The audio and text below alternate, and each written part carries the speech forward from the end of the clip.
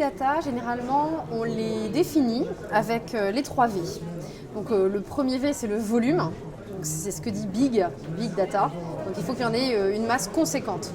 Le deuxième V, c'est la variété. Donc en fait, ce sont des sources très variées, ce sont des formats très variés. Ça peut être du texte, de la vidéo, du son, des chiffres. Et enfin, c'est la vitesse, puisqu'elles se collectent à une vitesse très importante. Elles sont mouvantes, elles bougent et elles doivent être rendues sous forme d'informations de façon très rapide aussi.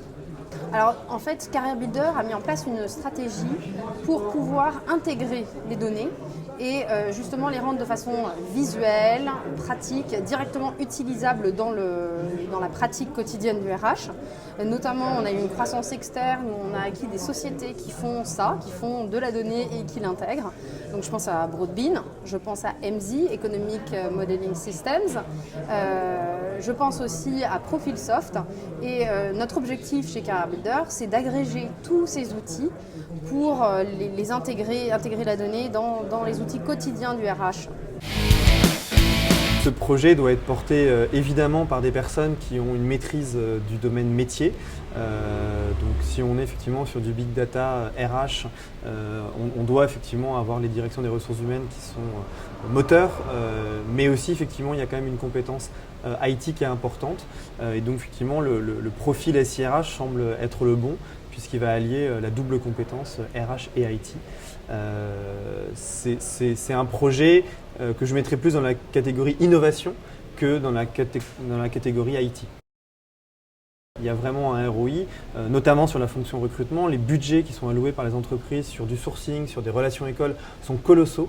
Et donc si demain il y a plus de ciblage, forcément les budgets seront mieux utilisés et donc le ROI sera évident.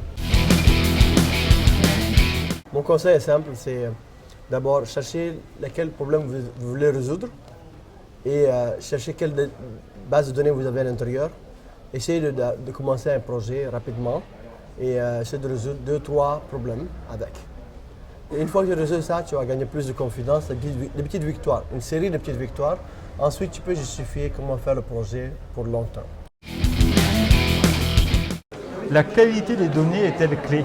C'est l'enjeu majeur. Souvent, les bases de données sont de mauvaise qualité ou les données sont très éparses dans des silos dans l'entreprise ou même à l'extérieur. Ramener ces informations et les traiter, les améliorer, les enrichir et les dédupliquer, c'est l'enjeu clé et souvent c'est là où se pose le gros du budget pour le projet Big Data. Comment former les collaborateurs en entreprise ? Pour les former, il faut déjà leur expliquer à quoi vont servir ces données, à quoi sert le projet et faire preuve de beaucoup de pédagogie. Et ensuite, en fonction de leur spécialité, s'ils sont plutôt dans la partie usage, plutôt dans la partie technique, il y a un certain nombre de formations sur le marché. Mais le vrai enjeu, c'est de leur faire partager une vision commune pour qu'ils comprennent à quoi tout ça va servir.